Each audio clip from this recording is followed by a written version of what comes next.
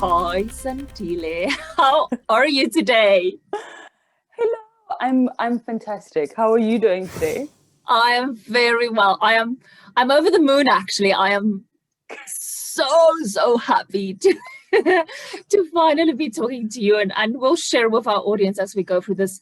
I believe one of the most beautiful discussions that I'm probably ever going to have with this wonderful, amazing freediving mermaid on the other side.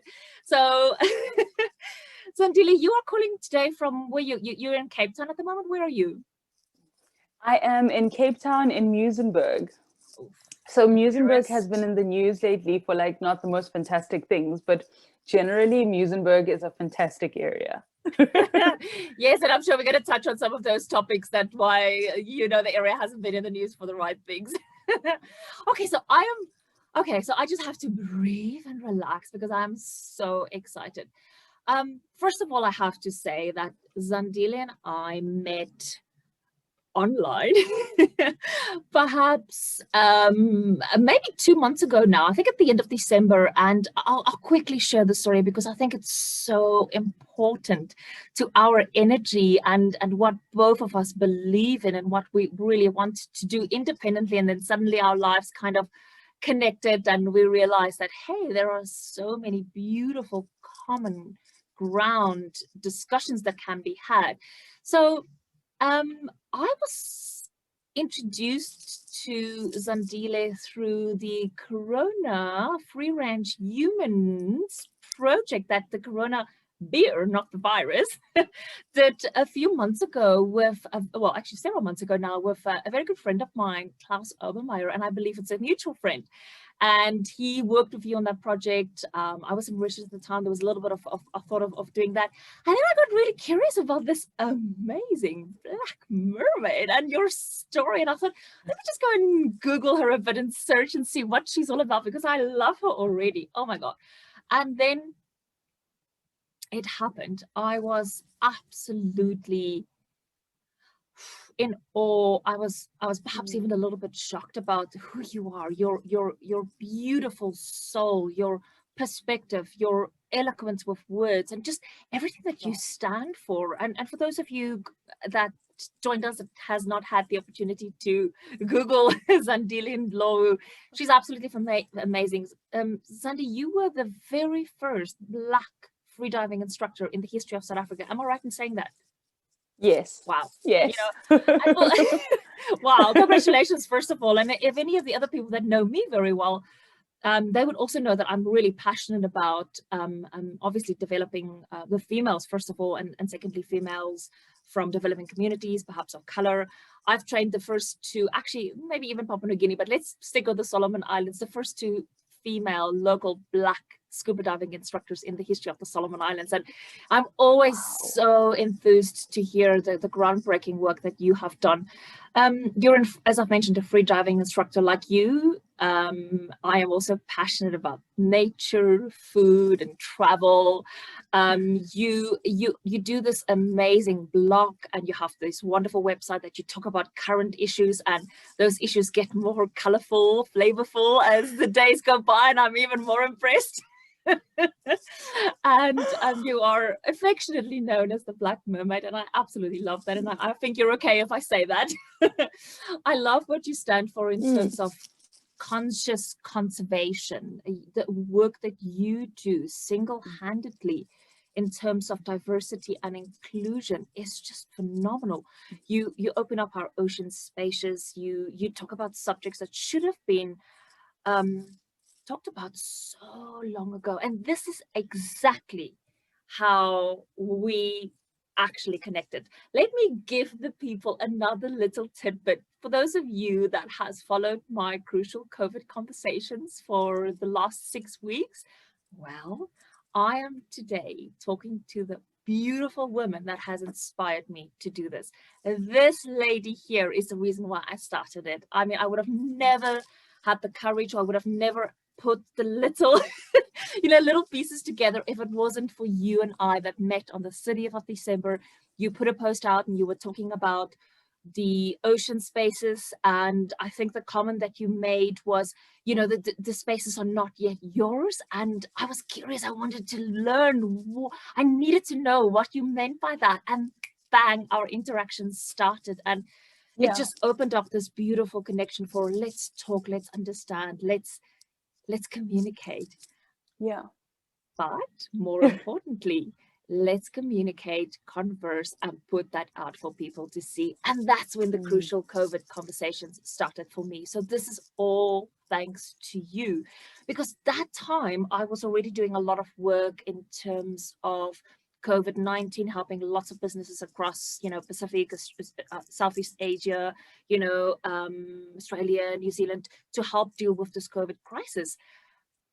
But the thing that bothered me was we've had now this beautiful platform handed to us. COVID opened up so many discussions that we should have had many years ago, like diversity. We think about what's happened in the States with Floyd and all the stuff with Black Lives Matter. This whole universe, you know, collectively started talking about this conservation, you know, doing the right thing for our environment, mental health and well-being. You know, one of those things that was always put to the side. Suddenly we were able to talk about this, and you helped me to see that vision, and thank you. That's all that I can say. It's only a pleasure, because I often say that it's in our existence that our light is able to help others see, you know, the different levels of light that they are walking towards. I have this thing that I'm like, we're all street lights along the road, and we're just lighting up parts of whatever that human is perhaps needing to see at that particular moment. And that's why we fade in and fade out at different times. And sometimes a light carries you further than any other light might take you. It's just a reminder that we're all vessels. So I'm very happy to hear that, you know, in the vessel of this light, there was more lighting that also helped to, you know, to create space for this baby to be born, where conversations can be had, conversations that need to be had. Even if I wanted to, and even if I tried, I could not have said it any better. And that is just another thing that makes you absolutely beautiful, is you are gifted with this amazing ability to translate issues and bring it to the forefront and cultivate understanding. And I love that. And I'm okay. So I'm going to just wrap up a few more things about the stuff that I'm really impressed by who you are. Then we're going to go right into this crucial COVID conversation. I also love what you are doing in terms of talking about representation. And, you know, it's not okay to not talk about these things anymore. And it's we can't ignore it anymore. It has to come forth. You know, the norms, the socializing, the biasness, and all of these things. And, you know, you're going to talk, I'm sure, about the whole policing structure as well, and the, you know, the things that came with that, but we'll leave that for later. And also, I just want to put this out there, because there's two things. The one thing that I really respected and appreciated and made me think differently, you know, I thought I understood things quite well. You know, perhaps I haven't lived here in our country for a long time, but I thought I understood, but I obviously didn't in the way that it was needed. You know, waters hold history, and we both know when history is involved, there is emotion involved and sensitivities involved. And both of us perhaps grew up in different spaces, and we perhaps saw things from a different perspective. But through all of these wonderful years, we have been given this beautiful platform of connecting and love and caring and understanding for each other, that we can now give other people that same perspective, perhaps. So yeah. I want to preface this discussion as well.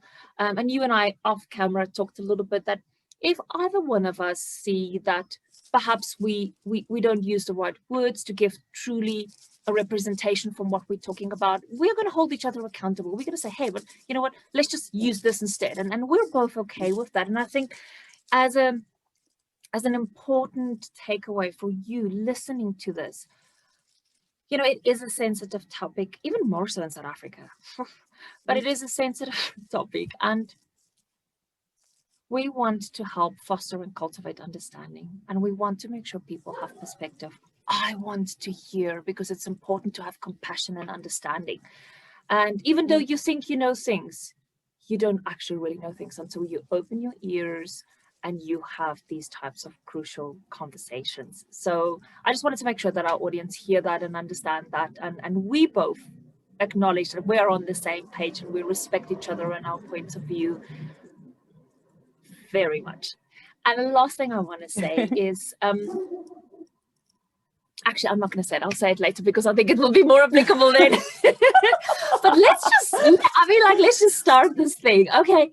What have I missed in introducing you? I mean, tell me who you are and tell me what gets you out of bed every day.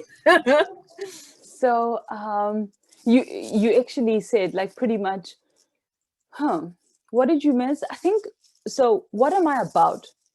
I love humans, right? I am the biggest lover of humans. All to say that I fall in love with strangers. Like, you will do something, I mean, yesterday I was at the beach and there was this dad playing with his son.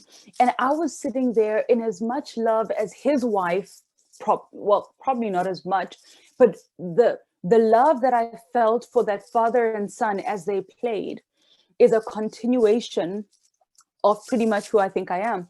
I'm an incredible lover of humanity. I believe in team humanity.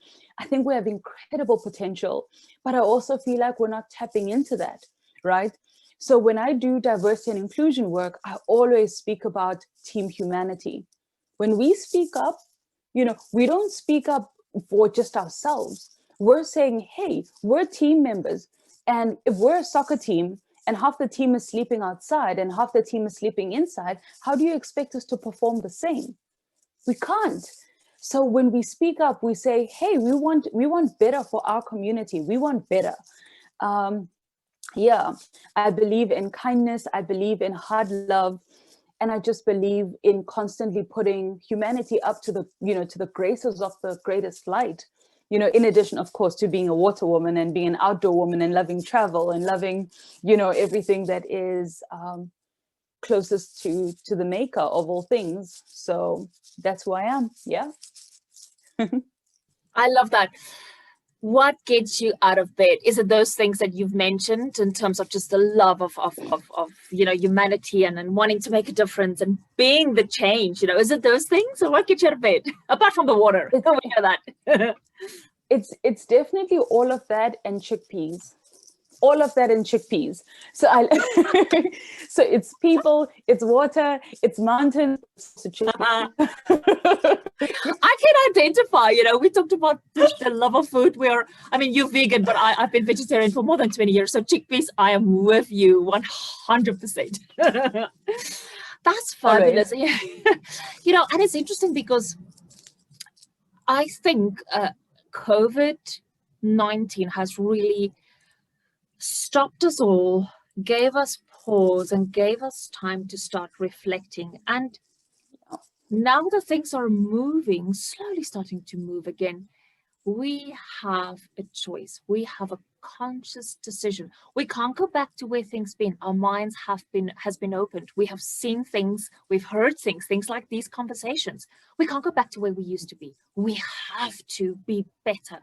We have to think about stuff differently. And I think that is the gift that is presented to us. And you talk about humanity and inclusion and that compassion.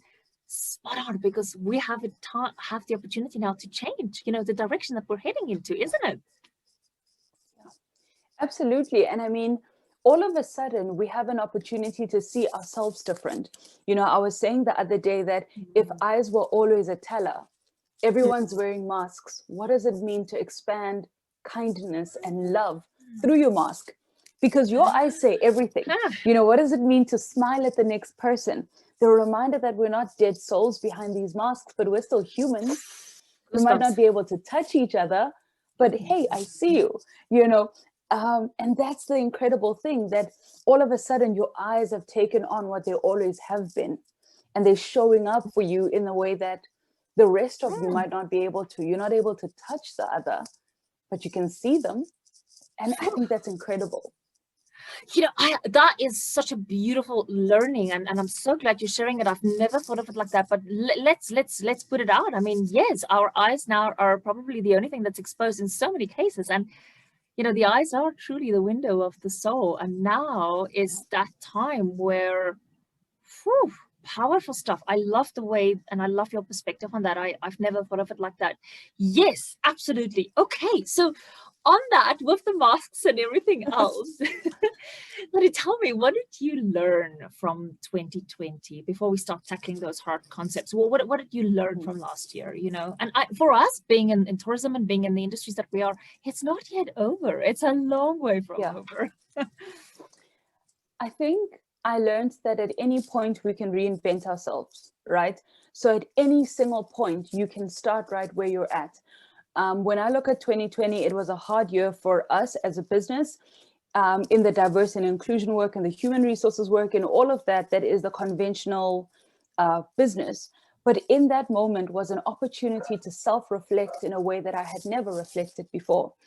And what it meant to just slow things down and, hey, what does this mean? Hey, what does that mean? Hey, that triggers you. Can we open up that trigger? So it was an incredible moment to actually look inside. And I've often said that ever since I found the ocean and found deep waters, I often use it. I could say that it's also, I love it incredibly, but it's also my crutch. It's how I cope with some of the deeper things that I don't want to feel, and I don't want to this, and I don't want to that. I can take it to the water and release it without ever really needing to do too much of the hard work, because the water requires you to be truthful in that moment. So in your fullness of that truth, so that you can free dive, you are released into a level of peace and sanity and more grace. And not being able to have that forced me to look inside to say, hey, can we start having discussions? This looks like this looks like that. And for me, that was 2020. Just the opportunity to look inside deeply and with grace, right? Just the realization that, we're not perfect people. So what does it mean to look inward with grace? The same grace that we give everyone else. We're so kind and so polite and so like intense lovers to everybody who's around us, but we don't often give ourselves the same. So it was more of that. What does it mean to introspect with grace? But also, what does it mean to create what it is that you want right here, right now, in the midst of a world that is threatening uncertainty and threatening to close everything down? We could belt with it, or we could just stand, and what does it mean to beat into humans' nature? What does it mean to beat into more that we could do, even though we're not seeing each other in the conventional way? That's a lot. No, yes, but it is absolutely inspiring. It's so true. I share your thoughts. And it's interesting because we talked a little bit earlier off camera when we talked about the topics that really COVID brought to the forefront for me. We know it was the diversity and the racial stuff and all the stuff that was happening, and we should have talked about it a long time ago, and it's now in the forefront. It's the conservation, but it is also the mental health and well-being, which I am super passionate and I've done a lot of work over so many years. I've always said, when this thing started last year and we knew that it wasn't going to just go away after 3 weeks, I kind of felt that we know about the health challenges and they are huge. We know about the economical challenges and they are huge. We understand the social challenges and they are huge. But what we didn't really see coming was all these emotional health and the human challenges. And those are, and we'll only really start seeing the terrible aftermath of that this year, because people were kind of suppressing, and now, COVID's not going away, it's lingering. Now all these emotions, all these things are coming out, and it's exactly what you're saying, and being kind to ourselves and looking after ourselves. You and I talk a little bit as well about, the yoga, the meditation and the breathing and stuff. And those are the internal things that you need to start looking at in terms of as a human, how do you can't pour from an empty cup, and you have to start filling those things up as well. And another observation, Zandi, that I just want to make is you're right, when you're in the ocean, and we both share the love of the ocean, perhaps in different ways, but still, you know, when you're freediving especially, and you're at a level that you have to be completely focused, because in a second it can turn in a completely different way. You have to be at ease, calm, in the moment, and at peace. And that's such a beautiful thing, because you know, people go and learn how to freedive with Zandile, because those helps us with being and living in the moment. Isn't that true? Yeah. Incredibly true. Like, in our day-to-day world, we're encouraged to plan for tomorrow, think about this, and our mind is so used to, like, after this I'm going to do this, and then I'm going to do that, and then I'm going to put this up, and then I'm going to, it's always calculating. And when you free dive, everything stops, right? Because there's not enough oxygen for everything that you want to carry down to the bottom of the ocean. You can't carry the village down there.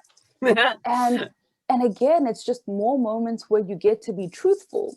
Because guess what happens in the present? You can only be true. You're not carrying hopes of tomorrow. You're not carrying hopes at the bottom, to the bottom of the line. You're not carrying the yesterdays of your dive that wasn't fantastic. Freediving brings you to consistent truth every single time. And if you're not truthful, you're not going deeper. And that kind of tells you the truth of the matter, right? It says, I can only trust you as far as you can be true with yourself. And that's what the water is saying the whole time. And I think it's an incredible place to be, because then you realize that the beauty of the presence only talks to us not being thinking around where we want to be, but actively being so passionately present that our existence creates everything that we want to come in the future. And it starts to heal us of our pasts. If we are passionately and truly present, then we create whatever it is that we're wanting to create in the future. Then we don't have to live there. We can just be here, just being ourselves and showing up, and you know, and sharing our light in the best way that we can. And that light builds what we want tomorrow. Well, I mean, I've spoken like a champ. I mean, I couldn't agree more. And I don't have anything to add but what she just said, for those of you that's listening. Hey, well, I mean, this is fantastic. Let's move on. All right. So this is now, we're now starting to unpack some things further. So, you know, I've mentioned earlier that I was, and I'm still in awe and so pleasantly, you know, not surprised, but I'm pleased that you are the one that's tackling these subjects, because we share the passion for the ocean and the water and all of these things. I mean, you're just an amazing person. So things like diversity, equity, inclusion, and what really shines through, even when you talk about your insights in terms of inspiration, motivation, positivity, your amazing ability that you've had to diversify yourself and your business to move through the COVID-19 crisis. And I do a lot of work with businesses on that and looking at transferable skills. And you've just, I mean, you're the best example of somebody that had to do that and has grown into a different direction and just flourishing, you know. You've also demonstrated, Zandile, remarkable bravery, resilience, positivity, and perspective during this COVID-19 crisis. You know, and I have to say that you boldly, with superb sensitivity and exquisite eloquence, you know, tackle concept in the South African context, and we now know in the world. I mean, those things, America's a prime example as well. As it pertains to our ugly past, you know, the things that you've done in terms of the BIPOC ocean spaces, you boldly spoke about those things, and you talk about gender inequalities and racism, but to mention a few of those topics that I think is really time for us to talk about it, and COVID brought it to the forefront, thankfully. So, I mean, your blog, the blackmermaid.com, is inspiring, and it's in your face, as it should be. And you know, it gives us the platform to really start talking about these spoken topics, and it gives us an opportunity and permission, because you are facilitating that, and you are bringing it out, and it's okay to talk about it, and we want to talk about it, we want to learn more, and we want to hear more. So share with me your thoughts on what made you do the shift? Because there probably was a shift in you to say, well, I'm going to start tackling these damn subjects because it should have been talked about in this. Tell me about that. I want to hear about all of that. Tell me. So this is an interesting thing, right? So diversity and inclusion work had always been facing corporate. We had always worked with corporates. We hadn't really worked with schools, and I hadn't really, I realized that there were parts that met, obviously, with the ocean because there's minimal representation, well, when we look at the sea. But there were certain things that happened that led me to a place where I said, screw this. I'm going to go and find other Black and brown people in the world and just to validate that it's not okay that I'm feeling this by myself. So, there's the one group that says, it is a female group. I don't want to overly talk about them because it might just identify straight to where they are. But I said, hey, guys, there's a lot going on. There's gender-based violence. There's Black Lives Matter. There's police brutality. So there's a few things going on. And you guys haven't said anything, not one thing. And everyone was like, Zandi, we are, as ocean people, we are a diving group. We don't do politics. Yeah. Okay, but in this particular instance, you are a woman diving group. Yeah. So if you are a woman diving group, essentially, you're saying that is political. You're saying that we don't want to, it was a female spearfishing group. So I said, if we are a female spearfishing group looking to categorize females separately to men, that's politics, part one. Part two, when we then want to say that we want to subcategorize, when we want to have the, over 40s, 25 to 30, that's again politics because it says that there's different ability based on age. So when are we political and when are we not? But also, what does it mean for us to be a woman group and not be able to at least stand with women? Call many things politics, but you can't at the worst call gender-based violence politics. No. So it was this, it was a fallout that I had with another scuba diving group where language was an issue. We were on a course, everyone who came with me, the instructor spoke only Afrikaans, no, the instructor is Afrikaans speaking, taught in English. The group that I am with keeps on asking questions in Afrikaans. So I'm like, I don't speak Afrikaans. I don't speak Afrikaans. We end up on the boat and someone is asking another question about rebreathers, but in Afrikaans. And for me, again, what was the issue with it? It's not the fact that someone can just easily translate it to me. It says that I don't have first option to hear it in the first go and learn with everyone in equal time. Part one. Part two. So you were a student there? You were learning as well with the group? Yes, is that kind of... yes. We're all learning together. We're a group of 5 or 6. Yeah, we're a group of 6 doing, would not rebreather training. We were doing, it was to get to 50 meters. So we were upping our scuba qualification to get to 50 meters. Right. And we started then working with trimix vibes and having those discussions. So that's what we're doing. And I just remember thinking, that was that one. But two, I said, you guys should have said if this was an Afrikaans only course, because then I wouldn't have paid in my money and arrive at this place where I have to be second translated to as to everything that's going on. But three, you guys need to realize that what I'm saying is valid and business language is English and you guys aren't making it easy for me. So multiple spaces, right? And then in the freediving space, someone's like, oh, Zandi, so she says, I don't know why you're making such a big deal about being the first Black freediving instructor because I don't even see color. And then I lose my mind, right? Like lose my mind. Because this was someone that in the building of a new freediving space, she said, oh, we need to get more Black people freediving so that we can get money from government. So I'm like, oh, hold on. When do you see Black people and when do you not? Like, when is it convenient to see? I don't know.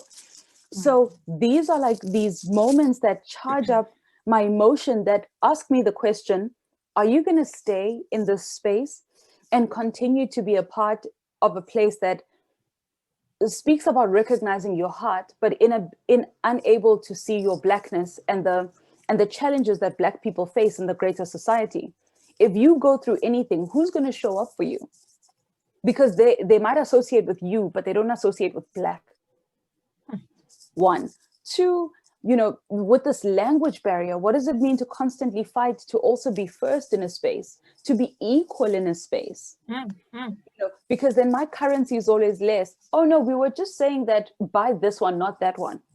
What would happen if I get to contribute in first line engagement?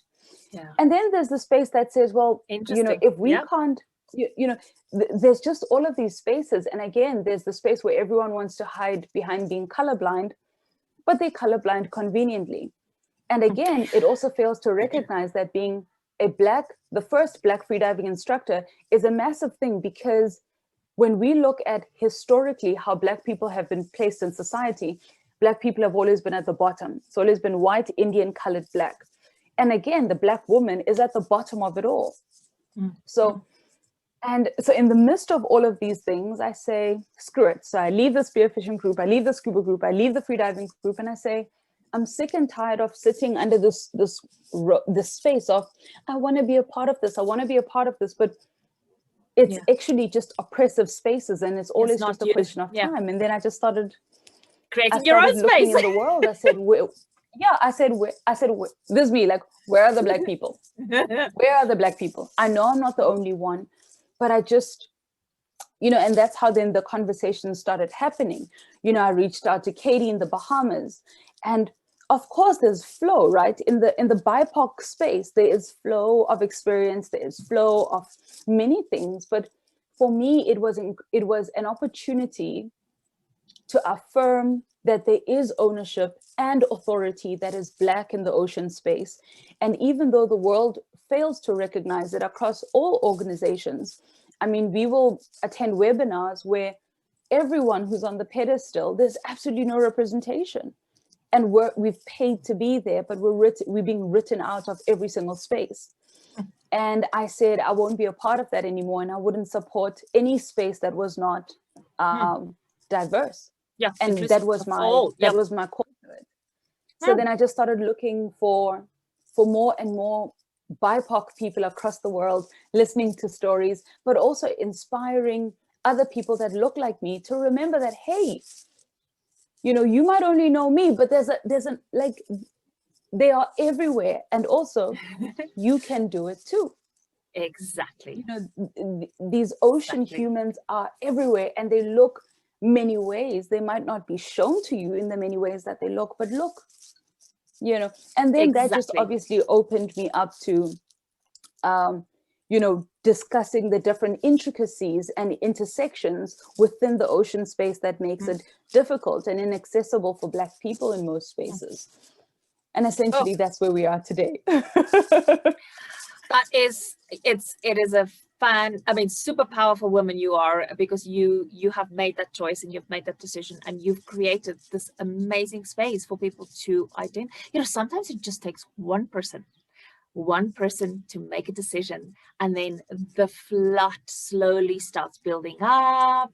And that's where you are gaining momentum. You are this force of nature that's starting to do the right thing, and opening the space up for other people to talk about these things, to, you know, to engage, to be passionate. And everybody's always been passionate about the ocean, but you've given and you help create that platform, which is critically important, because if we don't have a platform, somebody has to create that platform. You've already done that, which is, I mean, so I have so much respect for that.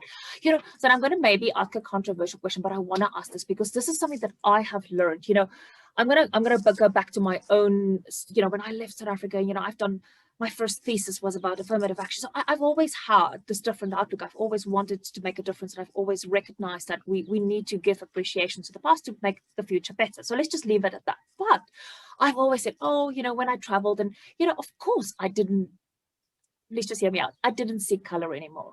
Okay, because for me, it was people, because I've been abroad so long, and I didn't come from that. I didn't see things the same as people in South Africa did anymore, with respect, and I'm with a lot of respect. But in that process, maybe about 10 years ago, a friend of mine started making me aware of that. You know, when you say that, it's actually superbly disrespectful, because you have to see my struggle. You have to see my journey. You have to respect that journey, because if you say, I don't see color, you don't see where my history lies, you know? And for me, it was like, I'm sorry, but tell me, help me understand. And now for the people listening here, help us convey why that sometimes, in most contexts, it's disrespectful. You know, I understand why people say that, but it's coming from, like I was, from ignorance and not understanding. So help me understand how we get that across to more people. I think, I think it's so important, it's an interesting thing. So I've always said that, color, skin color is a thing that was created by someone in hope to oppress one, rise one, it always had a political end. But, so in short, yes, we all bleed red, but when we look at access and opportunities, our skin color has been the first thing that either leaves you out of a room or helps you enter a room. So I think it's mightily inconvenient that in a world where there's been years upon years of benefiting, at the oppression of Black people, that all of a sudden we can say, as South Africans, it's 26 years later, why aren't you, we're free now. It fails to recognize that for a whole 26 years and more, people were held outside. People were kept outside based on their skin color. Education was different. How we access society was different. But also, when you look at, there's so much in the depth of our history that explains why skin color is important. Because even today, when I say I'm a freediving instructor, everyone stops and says, but you're Black, that's white people stuff. It tells you that it's not white people stuff. It's just a question of access and environment, but also resilience. Because to this day, when I arrive in my Black skin, everyone always, there's always a note, right? Whether I'm about to hire gear, or I'm about to find out about a spearfishing charter, or I'm about to, whoever experiences me, if they don't know me, it's always the othering experience, the you're not as, the prove you know. And I mean, I've had a friend of mine who actually said, I would ask the question, the guy would just respond straight to her. I would ask the next question, he would respond to her, and she looked at me. And then we walked off. I said, we need a boat. Use your whiteness for us to be able to get a boat. I don't care what he thinks of me, but in this moment, you are a thing that he's able to relate with. And I think that's a continuous space of realizing that society doesn't often, especially in South Africa, look at you as equal. So often when I speak, for many years, you'll hear, oh, she's got a chip on her shoulder, or she thinks she's this, or she thinks she's so much better. But I often say that often comes from a space where you are used to Black people being a particular way around you. So when I address you as an equal, and I tell you that it's not going to happen that way, it almost feels like you're being challenged. Whereas with everyone else, it's, it's almost as though there's a category upon which I should be existing. And when I don't exist in that, you kind of have a freak out, and your freak out says ego, this, that, versus listening, learning, and then responding.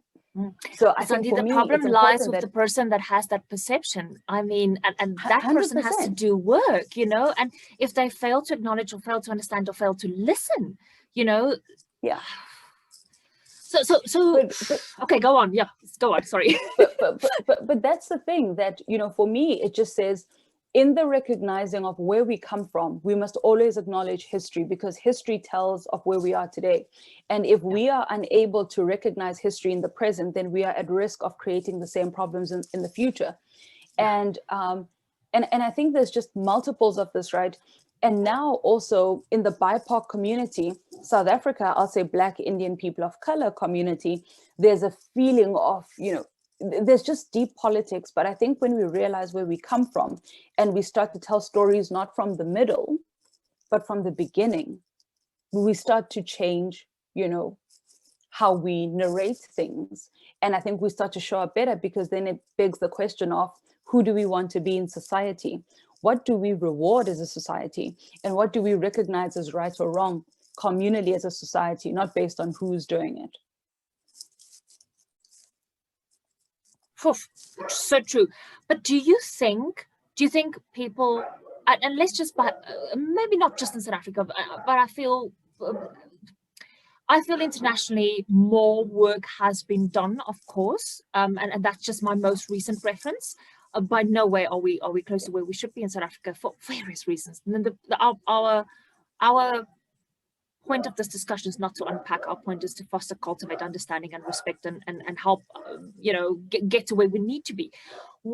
Do you think it has changed, and what do you think we need to do? Help us. What can we do as people that we share the same values, the same? We are different, of course, and there's respect in that, and we want to acknowledge that, but we share the same vision for the future. That's the best way to put it. Well, what do we do, Zandile? Tell me, how do we get people to get this and feel the way we feel about stuff? I think always, number one, recognize and acknowledge the past. The past doesn't get to go away because someone called it a rainbow. It's important that we do the hard work. We are humans, and as humans, we need to realize that we need to always be holding ourselves up to the greatest light. Are we reflecting like a rainbow? Are we not letting all the light through? What's not coming through and why? So when we're holding ourselves up to the light, we should be a spectrum like a rainbow. And if we're not a rainbow, we need to be doing work. Why is the blue not coming through? Where's the yellow? And I think we live in a world that is always about go, go, go, that we fail to sit with our biases, our prejudices, our views that we grew up with from our parents that we never quite got to question why, and essentially it's reassessing the agreements that we have with ourselves and with society. So, in the context of South Africa, there was a lady who said, I think she's in her 50s, and she said, my parents told me to never mention race. After 94, we were never to mention race. And in my head, I said, how is it possible that you have not questioned that as a departure point? You're 50 years old. You don't get to stand back on what your parents taught you. How you show up in society is all on you now. So I think it's, for me, recognizing where we come from, doing the work with ourselves and challenging ourselves, right? Start hanging out with people who don't hold the same views. Sit in that discomfort. And agree to feel that discomfort instead of tapping out. Often when I'll do a workshop, I'll always say, feel the discomfort. Don't tap out. Show up. The easy thing is to leave. But as we know, being an athlete, you realize that you need to go hard into the discomfort spaces, right? If you are a runner, you need to do those pump actions. Whether you're a mountain biker, you need to do those hard things that bring you near death. And sometimes you vomit, right? And then you vomit 5 more times, and then you get stronger. So all of a sudden, your tempos, you are building a resilience, and your body is now no longer weak, it is made stronger. And that's how we need to treat life, a continuous space where we put ourselves into places that are hard. And I mean, even with me, when I go into the ocean space, and sometimes when I write, I get nauseous. When I press the publish button, I go and I vomit, because it's a place where it's hard to speak truth to power. And when you talk about the ocean space, you're speaking truth to power. And I'm saying, let's break down this, because this is not right, and this is messed up, and this is messed up. And it's in the space for white people to take up more action and more space and create the change. But also, who am I? I'm that little black voice that, do black people even matter? If we don't use that black, pick that black. And that's often the space when it comes to black people in the space. Replaceable, many, and the question then becomes, what does it mean to authentically engage and be true and be vulnerable?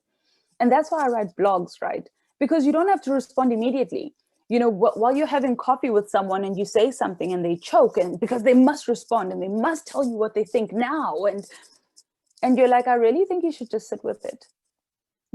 You can feel attacked in the comfort of your home. You can be like, she's mad. And then later on you go and you read again. Okay, she makes a point there. And then come back again. Okay, I think she might be onto something, and that's just what it means to be human. It just means that half the time you're like, what? And then you come back, you're like, okay, maybe, And that's the beauty of blog posts, in that you can sip it and sip it and sip it. And then if you're still not sure, be like Zanz, your most recent blog post, that last part, I get everything else that you're saying, but and for me, that's a big thing, because then I can travel with you. What does this mean to you? What does that mean to you? Could we expand on this topic? It doesn't look at you, it doesn't look at me, it just says that we're observing society as a whole. So I think that's what we do. We listen, we learn, we show up. We don't speak over BIPOC voices. You know, when we're saying this is what we're feeling and this is what is happening in the space, there's such an importance to acknowledge, you know, instead of othering and, oh, that's long and done with, and, you know, we're the rainbow now. And I often feel like in South Africa, you know, the rainbow is important, but the healing is just as important, because otherwise you have wounded people walking with these wounds. And anytime you pig on it, everyone just like pus and gangrene just comes out, and everyone's like, sis, the other one's crying, the other one's this. Whereas if we had actually done the work, we'd have scabs, right? Scabs that you get to touch and you say, I'd love to know what happened here. And someone tells you about the history of that scab and how they overcome, and look how it's healed so beautifully. That's who we are. That's who we are. Each scar has a story to tell, and those stories are what makes us human and what makes us connect with each other. If it wasn't for that, we wouldn't have stories to tell, and we would be dead souls walking around and not have any beautiful diversity to share. I mean, you have described it beautifully, and I'm so glad that we've had the opportunity to hear that from your mouth, because I think you have a purpose, and I know you know it, but maybe you don't know quite just how big this is yet. And I think keep on talking, keep on sharing your voice, and I want to walk some of this journey with you, because I think not just in the South African context, but in the world context, the stories that you have, the viewpoint, and you are super in terms of bringing that out and making people understand, and sharing that, and that vision of yours is larger than life. And I'm so happy to be hearing it from you. I just want to really make a quick other analogy as well, and just want to point it out. I mean, you've talked about, you use the physical attributes as you pushing yourself. Are you back? Hi. So you're pushing yourself, and you are you're getting stronger as you push those boundaries from a physical perspective, and I think it's spot on. But the mind is a funny thing. Once it has been stretched, it's been introduced to a different understanding, a different point of view, a different analogy. It has been stretched. You can never go back to where you were before. And this is what makes your voice such an amazing voice, because once you've put that out there and people have had the opportunity to listen to the other side, you may deny it, but your mind can never go back. And it becomes your personal responsibility as a human on this planet ocean to make a better decision moving forward, now that your mind has been opened. And your work and your voice is exactly what we need to hear in this context. So I know you and I can talk for hours, and I'm sure we'll talk more in the future. Zandile, I mean, you're an absolute inspiration. I want to know, through this platform, how do people find you? Where do we interact? Where do we hear more about your beautiful blogs? How do we address these issues? How can we support you to do the work that you do? I know you have a foundation. Just list it all, and I'll make sure once we launch and once we go live, that we'll have those resources for people to access and help you make a difference. So just give it to me now. Awesome. So if you're looking for me, I'm at www.blackmermaid.co.za. So that's where you can find me. If you want to get hold of me, blackmermaidinfo@gmail.com. If you're looking for me on social, you can find me at Freediving ZA or at Zandi the Mermaid. And if you are looking to support, you're welcome. I often say, if I share something and you've learned something, you are welcome to PayPal me. and it's PayPal at the Black Mermaid. And again, it goes back to the space of holding space for the work that I do as a diversity and inclusion consultant. And as I share pieces and parts of helping us to unpack, you know, I hope that we're actually able to hold space together in that. And yeah, I think that's pretty much it. But email me if you'd like to hear anything. I consult on diversity and inclusion. I do online workshops with schools, with organizations, and now I'm looking to go more into the ocean space. So if people are looking to expand, looking to diversify, looking to check if they are as inclusive as they're hoping to be, I'm a call away and I'm an email away. So definitely I do talks, I do public speaking, I do everything. So call me, call me, call me. Wow, beautifully said. And for those people that is listening, this woman is going to go far. I know that she is. Zandi, you are all about the right things. You are absolutely inspiring. I am absolutely 100% behind you. I want to support you in whichever way we can moving forward. I love what you do. I love what you stand for. Thank you. I think this is probably the best thing I can say to you. Thank you for being who you are, holding your space, helping us find perspective, and helping us also find positivity and hope during this COVID-19 crisis. Love you to bits. Can't wait to talk again. Thank you so much. And so, by the way, I know you're going to send me some wonderful, amazing people that can also, from the BIPOC community, that can help also share this message across. So if you know somebody that needs to have a crucial COVID conversation with me, please don't hesitate to share.